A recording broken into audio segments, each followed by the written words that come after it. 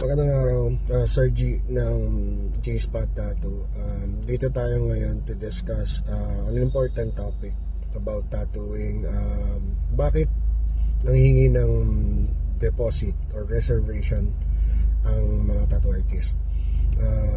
Una sa lahat, once we confirm our tattoo schedule, nagbigay tayo ng deposit, doon nagsisimula na yung trabaho ng artist. Hindi siya magsisimula doon sa actual day. Magsisimula siya ahead of time.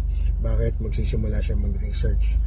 Magsisimula siya aralin yung color palette nung design na napili, or ngayon kung ano yung tattoo style na kailangan or suitable para dun sa tattoo design.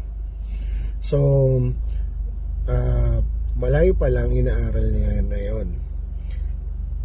Pero ang pinaka-importanting purpose talaga ng deposit is to free the schedule at para makafocus yung artist sa inyo.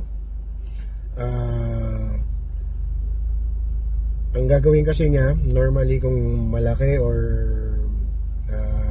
matagal ang tattoo schedule, i-clear up niya yung buong schedule niya for the entire day. Ngayon, ang iniiwasan ng artist is yung mga no-show.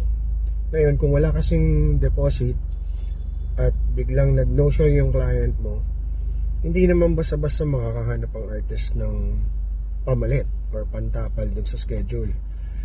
Unless na may walk-in. Normally, hindi naman ang mga walk-ins, bihira naman yung big piece kagad. Kung big piece yung naka-reserve at naka-free up yung buong araw ng artist, masasayang yung oras niya. Now, for example, yung artist is renting a commercial space. Imagine kung nag-no-show siya, hindi siya nagbigay ng kahit anong deposit, then buong araw matitengga yung shop. Buong araw hindi siya kikita. So, by that, minus one day na yung actual profit niya sana at pambawas na expenses. So that would be a very disadvantageous dun sa artist at dun sa business niya. So yun yung pinaka-importanting reason, kasi magugugas siya ng oras and effort.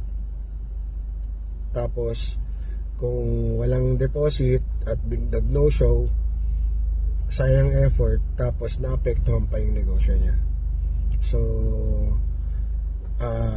I hope malinaw, nalinawan na kayo kung bakit nanghihingi yung mga tattoo artists ng deposit. It's